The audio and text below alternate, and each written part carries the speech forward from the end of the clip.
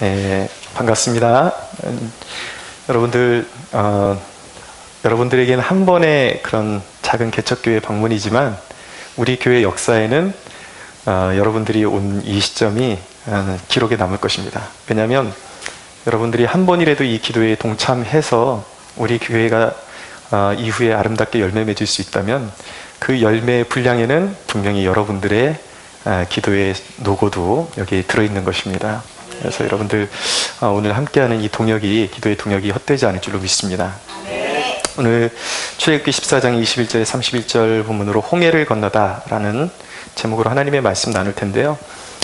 지난주까지 우리가 데살로니가 후서를 이제 마쳤습니다. 그래서 성경을 권별로 이제 우리가 진행하다가 이번 주부터는 위대한 행보 시리즈를 시작하기로 했습니다. 이게 뭐냐면 하나님이 성경에 보면은 이스라엘 백성들 가운데 위대한 그런 구원의 역사를 일으키신 그런 놀라운 기적과 이적과 기사를 일으키시고 구원의 역사를 일으키신 그런 놀라운 사건들이 있습니다. 그런 구원의 역사 중에 기억에 남을 만한 사건을 파노라마식으로 이렇게 좀 엮어서 한번 함께 살펴볼 생각입니다. 오늘 본문에 보면은 이제 그 어떤 절명의 위기에 그 위기 앞에서 어떻게 보면은 이스라엘 백성들이 몰살 당할 뻔했던 그 위기 앞에서 홍해를 건넌 그 사건을 담고 있습니다. 우리 인생 가운데 위기는 언제든지 기회가 될 수가 있습니다. 하나님의 구속의 역사는 항상 위기 가운데서 출발한다라는 사실을 기억하면 우리 인생에 나타나는 그런 위기들, 그런 고통들이 얼마나 의미 있고 값진 것인지를 다시 우리가 깨달을 수 있게 될 것입니다. 이스라엘 백성들이 지금 무려 200만 명 이상이 바다가 벽이 된 홍해를 건넜습니다. 놀라운 것이죠. 한번 상상을 해보세요. 바다가 벽을 이루었습니다.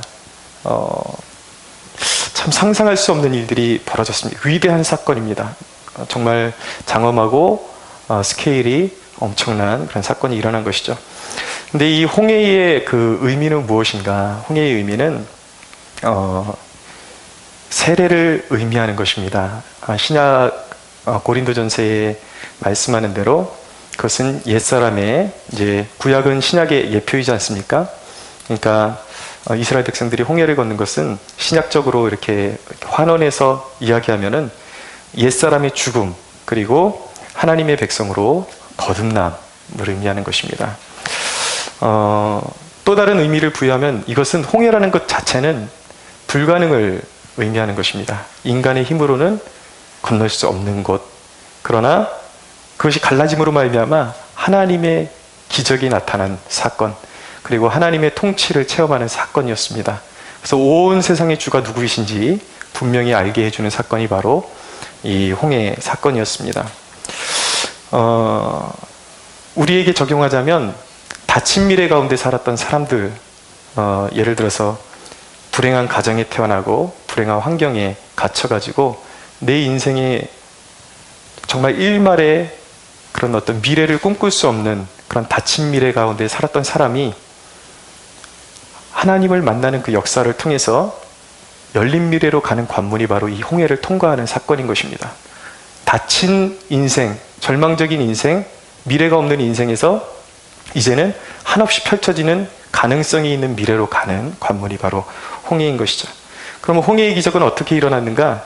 바로 이스라엘 백성과 하나님과의 만남을 통해서 일어난 사건이었습니다.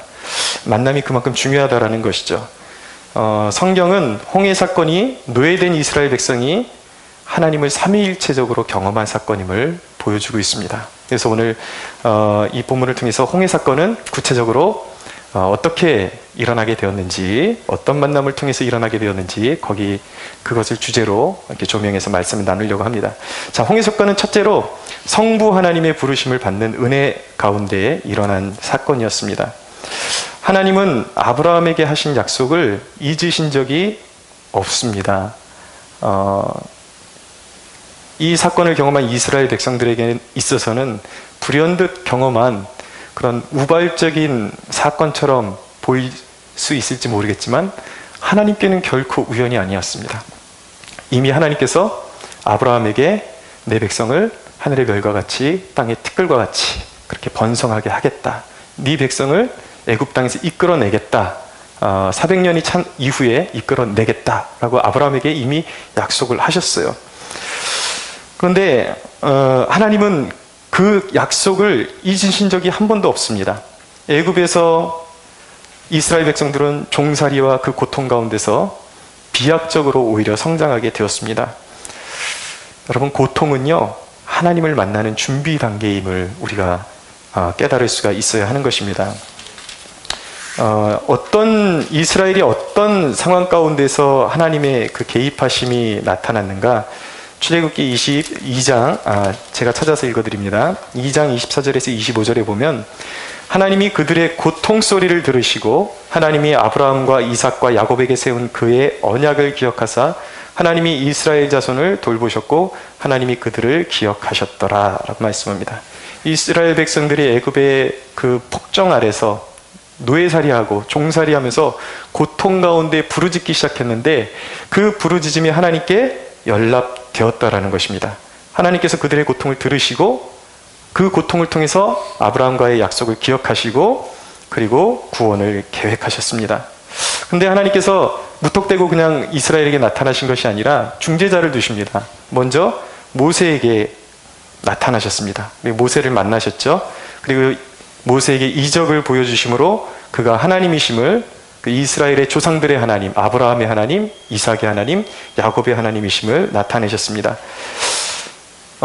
이렇게 이스라엘은 모세를 통해서 여호와를 소개받게 되는 것입니다. 말씀드린 것처럼 이스라엘 백성들에게는 생소하고 언젠가 들어보긴 했을 것입니다. 우리 조상들이 하나님이라는 존재를 믿었다라는 것을 그들이 어렴풋이 들었을지는 모르겠지만 그들의 기억 가운데 하나님의 존재는 이미 본질적으로 잊혀진 상태예요. 완전히 잊혀진 상태고, 그리고 애굽의 우상들이 만연한 그런 상태에 있었던 것이죠. 그들에게는 하나님을 경험하는 것이 처음일지 모르겠지만 하나님은 그들을 태초부터 지켜보고 계셨습니다. 결코 우연이 아니었다라는 것입니다. 인생은 누구를 만나는가가 참 중요합니다. 하나님을 만난 모세에게는 살인자라는 그 정죄감과 죄책감을 벗어버리는 그러한 놀라운 순간이었습니다. 영혼의 자유를 경험하고 신분의 자유를 경험하는 그러한 놀라운 순간이었습니다. 그리고 하나님을 만남으로 인해서 이전의 그런 죄책감에 젖은, 정죄감에 젖은 그런 모든 신분과 죄된 그런 모든 것들을 벗어버리고 새로운 사명과 새로운 비전을 품고 도약하는 시간이 바로 모세가 하나님을 만나는 그 순간이었습니다. 모세는 애굽에서의 그런 40년 생활을 보냈고, 그리고 광야에서 40년을 보냈습니다. 인간 모세의 입장에서 그의 인생을 돌아다보면 불행한 사건들이었습니다. 방황하는 사건이었고, 살인자로 낙인 찍히는 사건이었고, 그의 인생의 이력에 결코 득이 될 것이 없는 불행한 것 같은 그런 인생이 무려 80년이 흘렀습니다. 그런데 하나님과의 만남 속에서 그 모든 인고의 시간들은 모세 자신은 80년 동안 내 인생이 이것이 무엇인가 라고 그렇게 고통스럽게 그 내면에서 절규했을지 모릅니다. 그러나 그가 하나님을 만나는 순간 그가 겪었던 그 모든 인고의 시간은 사실 하나님의 위대한 종으로 빚어지는 인고의 시간이었던 것입니다. 모세를 만난 이스라엘에게도 이 만남은 너무나도 놀랍고 의미 있는 만남이었습니다. 이스라엘이 모세를 만나게 됐을 때에 그들이 종살이에서 자유를 가진 자들로, 그리고 거룩한 자들로 변화받는 기회였던 것입니다. 여러분들을 만나는 사람들은 어떤 축복을 누리고 있나요? 사랑하는 여러분, 모세와 같이 여러분들이 만나는 그 사람들마다 여러분들 안에 있는 생명을 누리게 되는 축복이 있게 되기를 원합니다. 이렇게 성부 하나님은 구원의 계획을 가지시고 우리에게 다가오시는 분이십니다. 그분은 절망에 빠진 영혼을 위해서 구원의 어떤 사건을 예비하시고, 그 구원의 사건을 위해서 사람을 예비하시고 모든 환경을 예비하시는 분이 성부 하나님이세요. 그렇게 우리에게 구원을 위해서 다가오시는 분이 하나님이시라는 것이죠. 그렇기 때문에 우리 인생 가운데 가장 큰 축복은 무엇입니까? 단연 하나님을 만나는 것이 가장 축복임을 믿어야 하는 것입니다. 그러나 하나님은 아무나 만나는 것이 아니에요. 여러분, 학벌이나 집안이 좋다 그래서 하나님을 만나는 것이 아닙니다. 어떤 데가 내세울 만한 것이 있다 그래서 하나님을 만나는 것이 아니에요. 하나님을 누가 만나는가? 어떤 사람이 만나는가? 바로 성부 하나님, 아버지 하나님의 계획 가운데 은혜로 부르심 가운데 있는 자가 하나님을 만나게 되는 것입니다. 죄를 깨닫는 자가 하나님을 만나게 되는 것입니다. 여러분, 죄를 깨닫는 것은 은혜가 아니면 불가능한 것입니다. 아무리 죄를 지적을 하고 아무리 책망 섞인 하나님의 말씀을 전해도 은혜가 없이는 자기가 죄인이라는 사실을 깨달을 수가 없어요. 자기가 죄인이라는 것이 인정되지 않고 성령의 조명하심 가운데 죄를 깨닫지 못하는 사람은 하나님을 만날 수가 없는 것입니다. 근데 저와 여러분들이 하나님을 만났다면 그것은 죄를 깨달았다라는 것이고, 죄인은 본디 어둠에 갇혀있는 죄인은 자신이 죄인인 것을 스스로 깨닫지 못하기 때문에 우리가 죄를 깨닫고 하나님을 만나게 되었다면 그 자체가 하나님의 은혜인 것이죠. 여러분, 그렇기 때문에 죄를 깨닫는 것 자체가 놀라운 특권임을 깨달으십시오. 여러분, 우리가 하나님을 만났다는 것, 성부의 철저한 계획 가운데, 아버지 하나님의 계획 가운데 우리의 죄를 깨닫게 해주시고 우리를 만나 주신 것입니다. 하나님이 우리를 왜 만나십니까? 왜 우리를 부르십니까? 왜 사람들을 부르십니까? 왜 절망 가운데 있는 백성들을 부르십니까? 하나님은 묶임을 풀어주시기 위해서 부르시는 거예요. 사랑하는 여러분, 오늘 이 시간에 하나님을 다시 한번 여러분들이 만나는 시간이 되기를 원하고, 여러분들의 절망과 그 환경의 어떤 묶임 가운데서 풀어지는 역사가 일어나기를 원합니다. 자, 홍해 사건은 두 번째로 성자 하나님을 만나는 은혜 가운데 일어나는 사건이었습니다. 성부 하나님은 이스라엘의 구원을 위해서 몇 가지 사건을 계획하셨습니다. 그 중에 중요한 사건이 바로 예수 그리스도를 예표로 보여주는 사건을 이제 하나님께서 허락해 주셨던 것입니다. 예수 그리스도를 예표로 보여주는 그 사건이 두 가지로 말씀드릴 수 있는데, 그 첫 번째가 무엇이냐면 6월절의 은혜였습니다. 여러분, 홍해를 경험하기 위해서는 반드시 6월절의 은혜를 입어야 하는 것입니다. 어린 양의 피로 구속함을 받은 6월절의 축복을 받는 그 자격은 무엇일까요?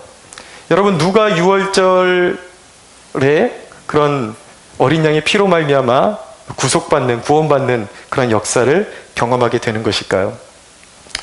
여러분, 6월절의 은혜를 입은 이스라엘의 백성은 애굽의 백성보다 처음부터 특별히 거룩하거나 그렇게 도전적인 사람들이 아니었습니다. 기독교가 어떤 세상적인 윤리를 초월하는 엄숙성과 거룩성을 가진 것은 사실이에요. 그러나 세상 윤리는 인간의 가치관 변화에 따라서 부패할 수도 있습니다. 그렇죠? 예. 인간이 조금 정신 차리고 있을 때는 동성애는 분명한 죄인 것이죠.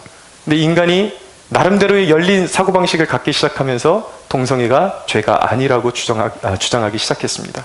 인간의 윤리관은 올곧지를 못해요. 그것은 일관성이 없습니다. 그러나 여러분, 하나님은, 하나님의 성품인 거룩에는 흠도 없고 변함도 없음을 우리가 알고 있습니다. 그러므로 여러분, 하나님을 온전히 아는 그리스도인이 세상이 범접할 수 없는 그런 인류애를 가져야 하는 것은 사실이에요. 사실입니다. 그러나 그 출발점이 세상은 자기의예요.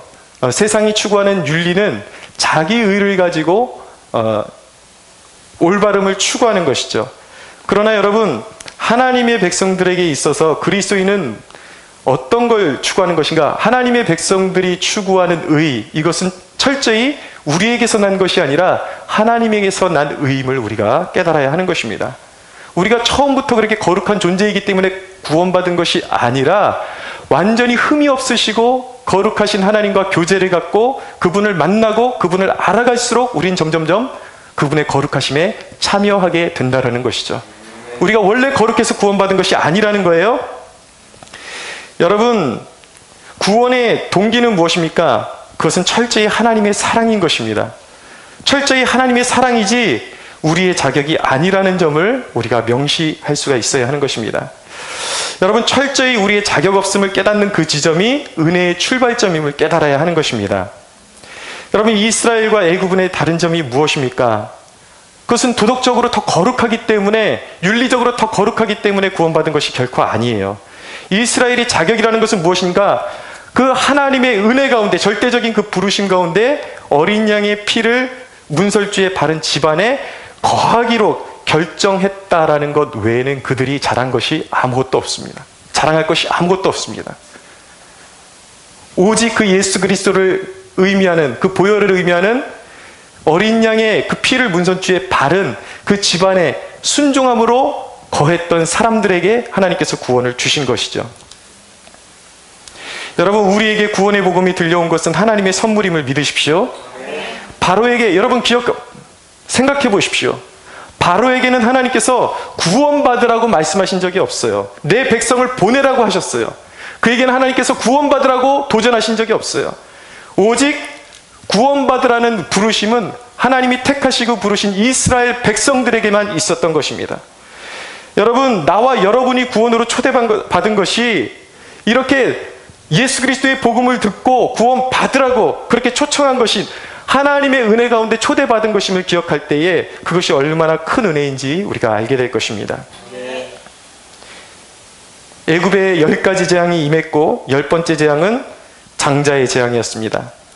문 밖에 있던 애굽인들에게는 곡하는 날이었지만 보혈 안에, 그 어린 양의 피 안에 있는 자들은 인생의 새로운 기념비적인 날이 되었습니다.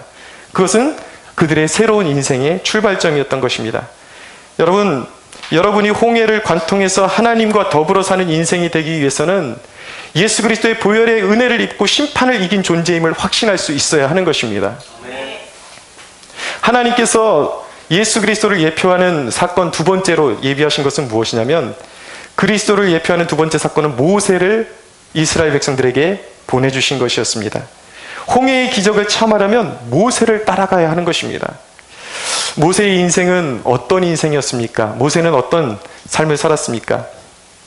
모세는 불운한 인생의 여정을 겪었지만 펼쳐 놓으면 하나님의 은혜였음을 알 수가 있습니다. 그는 노예된 백성의 아들로 태어났어요. 그리고 버려졌습니다. 이 갈대상자에 넣어서 이제 버려졌는데, 간신히 그 바로의 딸의, 그 공주의 그 손에 의해서 건짐을 받죠. 그리고 바로의 딸의 양자가 되었습니다. 그는 그렇게 애굽의 왕궁에서 성장하면서 애굽의 학문과 무예를 배웠지만, 그는 이내 자기 힘으로 이스라엘 백성들을 도우려고 하다가 살인자가 되었고, 또 광야의 나그네 신세가 되었습니다. 오랜 시간이 지나 하나님께 부름받았지만, 하나님께 쓰임받기 위해서 부름받았지만 그에게는 아킬레스건이 있었어요. 그것이 무엇이냐면 말을 잘할 줄 몰랐다라는 것입니다. 여러분, 이렇게 삶을 보면은 삶에는 기쁨과 슬픔이 뒤엉켜 있다라는 것을 알게 됩니다. 강점과 약점이 섞여 있는 거예요. 근데 다만 우리가 살아온 이렇게 사람들이 살아온 그런 삶의 악조건에 의해서 강점이 약점에게 묻혔을 뿐이에요. 그러나 여러분, 모세를 부르신 하나님의 부르심에는 결코 실수가 없으셨습니다. 모세는 레위 지파였어요. 하나님은 영적인 지도자 역할을 할 지파에서 모세를 내신 것이었습니다. 그리고 하나님은 모세의 약점을 담당할 아론을 예비하고 계셨다라는 거예요. 하나님의 부르심에는 실수가 없다라는 것입니다. 하나님이 저와 여러분들을 부르실 때에 여러분들이 내가 가지고 있는 모든 약점을 이미 알고 하나님께서 부르셨다는 사실을 기억하십시오. 내가 이 사명을 어떻게 감당해야 되나? 내가 어떻게 감당할 수 있을까? 여러분, 염려하지 마십시오. 하나님께서 아론을 준비하고 계십니다. 하나님을 도우실 수 있는 조력자를 여러분들에게 예비해 놓으시고 여러분들을 부르셨다는 사실을 꼭 기억하시기 바랍니다. 모세가 이전에 이스라엘을 구원하고자 했을 때에 그의 리더십은 전혀 먹히지를 않았습니다. 여러분, 우리의 열정만으로 하나님께 쓰임받을 수 있는 것이 아니었어요. 아닌 것입니다. 여러분들의 강점만 믿고 일하려고 하지 마십시오. 여러분들의 경험을 절대화시키려고 하지 마십시오. 하나님의 때가 있는 것입니다. 하나님을 깊이 만나는 과정이 필요한 거예요. 하나님을 깊이 만나고, 모세가 하나님을 깊이 만났을 때에 그 하나님과의 그 깊은 만남을 계기로 해서 하나님께서 모세에게 사명을 주셨습니다. 그리고 그 사명을 이룰 수 있는 능력을 하나님께서 그에게 부어주셨습니다. 그러니까 그때부터 사람들이 움직이기 시작하는 거예요. 이전에는 이스라엘 백성들이 누가 너를 우리의 재판관과 누가 너를 우리의 리더로 세웠느냐, 사람들이 모세를 그렇게 조롱하고 따르지 않았습니다. 실망이었어요. 그러나 모세가 하나님을 깊이 만났을 때에 하나님의 어떤 부르심을 그가 느끼고 하나님의 부르심 가운데로 거하고 하나님과의 만남이 깊이 이루어졌을 때 그의 인생은 변화되었다라는 것입니다. 여러분, 인생의 영향력은 그냥 오는 것이 아니에요. 반드시 인고와 연단의 절차를 통해서 연단의 열매로 주어지는 것이 바로 영적인 영향력임을 깨달으시기 바랍니다. 답답해하지 마세요. 하나님의 부르심을 믿으시고 하나님 앞에서 하나님과의 만남을 깊이 추구하십시오. 하나님께서 여러분들에게 언젠가 그 선한 영향력을 여러분들에게 부어주실 줄로 믿습니다. 모세는 사명을 받아서 구원의 길을 알리는 사람이었습니다. 이 모세는 그리스도의 예표였어요. 자, 우리는 이제 구약의 그림자 속에 사는 사람이 아닌 성취된 복음의 빛 가운데 우리가 살고 있습니다. 여러분, 우리는 이스라엘이 모세를 따랐듯이 이제 주님을 따라야만 하는 것입니다. 예수 그리스도를 따라가야만 하는 것입니다.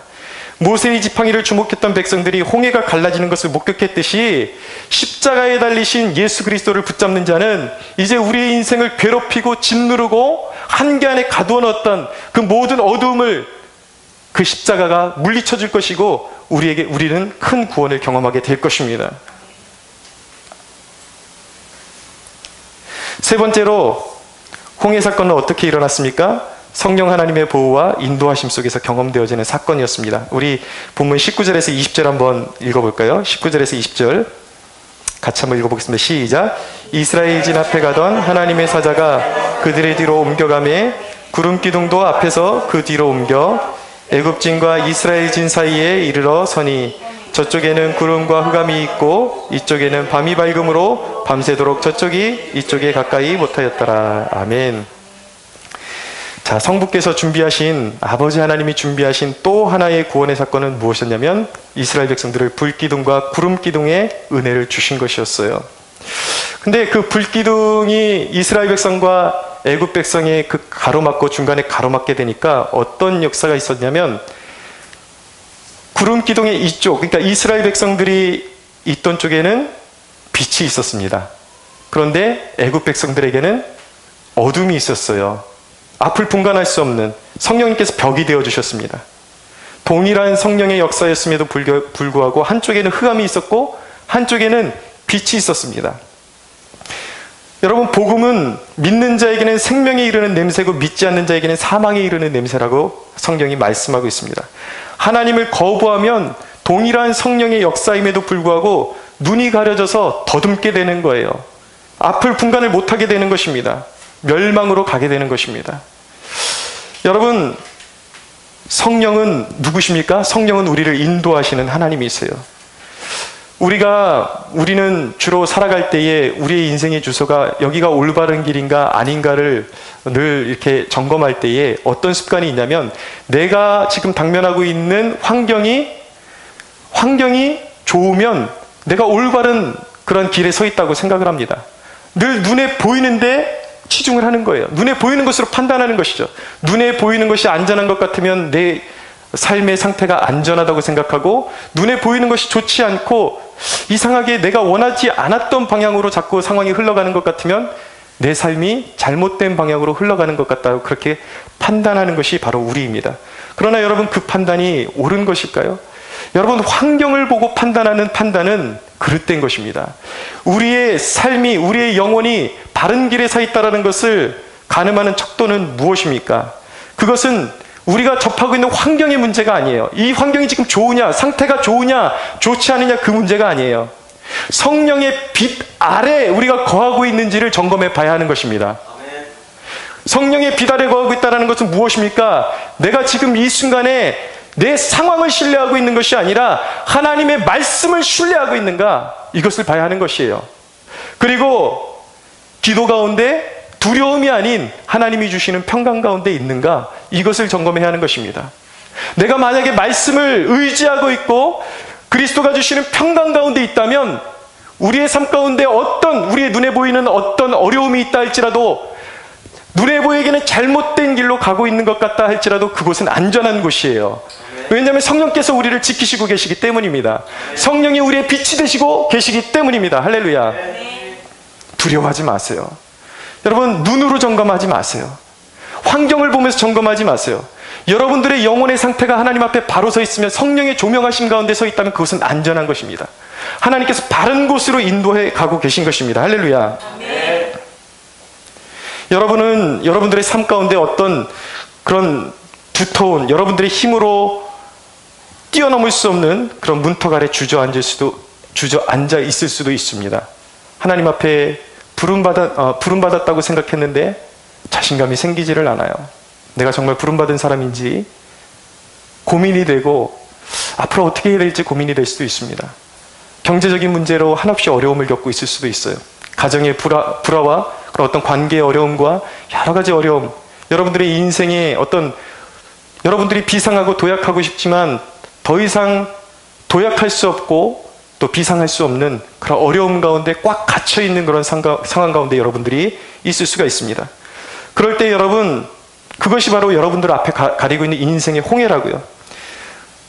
우리가 우리의 힘으로 뛰어넘을 수 없는 인생의 홍해 앞에서 하나님이 우리에게 명하시는 것은 무엇입니까? 우리가 어떻게 그것을 뛰어넘을 수 있습니까? 오늘 그 말씀이 거기에 대한 해답을 주고 있습니다. 출애굽기 14장 13절에서 14절입니다. 출애굽기 14장 13절에 14절 함께 읽어볼까요? 시작. 모세가 백성에게 이르되 너희는 두려워하지 말고 가만히 서서 여호와께서 오늘 너희를 위하여 행하시는 구원을 보라. 너희가 오늘 본 애굽 사람을 영원히 다시 보지 아니하리라. 여호와께서 너희를 위하여 싸우시리니 너희는 가만히 있을지니라. 아멘. 사랑하는 여러분, 여러분들의 인생 가운데 뛰어넘을 수 없는 문제가 있습니까? 어둠 가운데 갇혀 있습니까? 절망 가운데 있습니까? 하나님께서 원하시는 것은 무엇이냐면, 여러분들을 짓누르는 어떤 부정적인 생각에서 헤어나와서 잠잠히 부르신 그분을 바라보라는 것입니다. 구원의 역사는 여러분들이 행하는 것이 아니에요. 그리스도 예수 안에 있는 자는 여러분들이 직접 문을 열고 문제를 해결하고 뛰쳐나가는 것이 아닙니다. 여러분들의 인생의 길을 여시는 분은 하나님이세요. 홍해를 여시는 분, 홍해를 가르치는 분, 위대한 역사를 일으키시는 분은 우리 하나님이십니다. 여러분들을 부르신 하나님이시라고요. 할렐루야. 네. 하나님을 바라보라는 거예요. 그 부르심을 확신하면서 부정적인 생각을 떨쳐버리고 여러분들을 부르신, 구원을 위해서 부르신 하나님을 바라보라는 것입니다. 하나님을 만나야 하는 것입니다. 그분의 부르심에 응답해야 하는 것입니다. 그리고 그 보혈의 은혜를 입고 주님의 말씀을 따라야 하는 거예요. 모세를 따르듯이 주님의 말씀을 따라야 하는 것입니다. 다른 생각하지 말고, 그리고 성령의 빛 아래 살아가야 하는 것입니다. 여러분, 하나님과의 만남이 우리의 삶을 견고하게 한다는 사실을 꼭 기억하십시오. 하나님을 만나면 우리의 인생의 어두움이 더 이상 어두움이 아니요, 절망이 더 이상 절망이 아닌 것입니다. 한 변증가의 이야기를 들었습니다. 그 변증가가 하는 얘기가 이거예요. 한 마을에, 이 아시아권에 있는 한 마을에 어떤 집안의 아들이 있었는데, 그 집안에서 이제 새로운 말들을 이제 들여왔습니다. 기르기 위해서 들여왔는데, 거친 말을 다루다가 이 아들의 다리가 그냥 부러져 버린 거예요. 절단이 난 것입니다. 마을 사람들이 하는 이야기가 무엇이냐면, 당신네는 참 불행한 사람들이다, 참 운이 없다, 그렇게 이야기했다라는 것이죠. 그런데 시간이 좀 지나서 그 마을에 이제 도적대가 이제 오게 되었습니다. 그래서 이 자신들의 그 무리에 합류시킬 젊은이들을 이제 징집하는 거예요, 그 마을에서. 그런데 이들의 조건이 무엇이냐면, 신체가 건강해야 된다라는 것이죠. 그래서 온 마을을 뒤집고 다니면서 건강한 이제 청년들을 징집을 하는 것입니다. 도적대로. 그런데 이 아들은 다리가 부러졌기 때문에 그 징집하는 대상에서 그가 면제가 될 수가 있었다라는 거예요. 불행처럼 보이는 그 일이 더 큰 불행을 막아주게 되었다라는 것이죠. 우리의 인생 가운데 우리의 살다 보면 불행처럼 여겨지고 안 좋은 일처럼 보이는 어떤 일들이 있습니다. 근데 이 변증가가 이야기하는 것은 무엇이냐면, 그것이 진정한 불행인지는 하나님의 존재 앞에 가봐야 해석이 된다라는 거예요. 그렇기 때문에 여러분, 우리 앞에 벌어지는 모든 불행을 불행이라고 단정지어서는 안 되는 것입니다. 여러분, 우리의 인생의 한순간의 어두움이 전체 하나님이 우리 안에서 우리에게 펼쳐주시는 전체 그림 안에서 가장 필요하고 중요한 부분이 있다라는 사실을 꼭 기억하십시오. 하나님을 만나지 못한 백성들에게는 어두움은 어둠이에요. 절망은 절망인 것입니다. 사람들에게 빛이 있었다면 자살하는 일이 없었겠죠. 사람들에게 빛이 있었다면 자신들의 그 좋은 인생, 그 귀한 인생을 방탕하게 여러분 그렇게 소진하는 일들이 있었겠습니까? 제가 우리 청년들에게 설교를 하면서 이 시대의 그리스도인들의 음주 문화에 대해서 굉장히 비판을 많이 합니다. 그런데 한간의 신학자들은 오히려 그런 설교를 하는 목회자들을 비판하는 신학자들이 있습니다. 이 시대가 어떤 시대인데 사람들을 하나님의 말씀으로 금주령을 내리려고 하니, 이거 고리타분한 목사다. 그리고 신학적으로 술을 입에 대는 것은 그렇게 하자가 없다라고 그렇게 주장하는 신학자들이 있습니다. 근데 저는 너무 가슴이 아픈 게, 그들은 목회의 현장을 몰라요. 목회의 현장에 늘 보게 되는 것이 무엇입니까? 술 먹는 남편, 인간구실한 하지 못하는 남편, 아무리 교회에 데리고 나가도 가정을 불화를 일으키고 아내를 때리고 사람 구실을 하지 못하는 술 먹는 남편 때문에 가정이 무너진 경우가 얼마나 많은지 아십니까? 우리 캠퍼스 성막교회에 최근에 너무나도 귀한 한 분이 등록을 했습니다. 근데 이분이 술에 임박해서 살던 분인데 우리 교회에 나오면서 한동안 술을 참으셨어요. 그런데 워낙 그의 인생 가운데 술에 묻혀 살다 보니까 이제 5주 과정을 이제 마치고 나서 술을 안 먹겠다고 그렇게 결단을 했는데도 불구하고 다시 유혹을 받아서 술을 마시기 시작했습니다. 이분이 하나님을 만나고 인생이 새로워질 수 있는 절호의 기회였는데 그 유혹을 극복하지 못하고 지금 어디가 있냐면, 지금 철로 밑에, 다리 밑에 다시 노숙자로 그렇게 돌아갔어요. 여러분, 하나님을 만나지 못한 사람들에게는 어두움은 어두움일 뿐이에요. 그들이 만약에 하나님 안에 있는 가능성과 하나님이 열어주시는 열린 미래가 있다는 것을 깨달았다면 자기의 인생을 그렇게 헛된 데 소진할 리가 있겠습니까? 그럴 리가 없겠죠. 자기 스스로 목숨을 끊어버리고 술에 임박혀 사는 그런 헛된 인생을 살아가는 영혼이 없겠죠. 하나님을 모르기 때문에, 영적인 어둠 가운데 있기 때문에 그렇게 된 것입니다. 그런데 여러분, 하나님을 만나게 되면 무엇이 축복인가? 우리가 관점이 변화되는 것 자체가 축복임을 믿어야 하는 것입니다.